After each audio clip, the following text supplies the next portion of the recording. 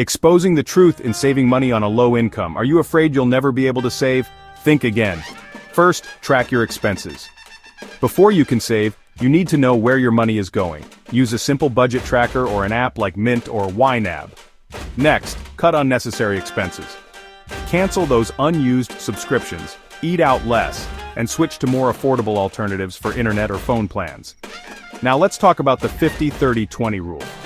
If spending 50% on needs, 30% on wants, and 20% on savings doesn't work for you, try a 70-20-10 rule instead.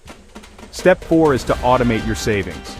Use auto transfers to move money into savings before you spend it. Start with just $5 a week if needed. Finally, find ways to increase your income. Side hustles like freelancing, surveys, or part-time gigs can help you save more. Even selling unused items on Facebook Marketplace can make a big difference. Now it's your turn. What's your best tip for saving money on a low income? Drop your thoughts in the comments. And if you found this helpful, hit that like button and subscribe for more money-saving tips.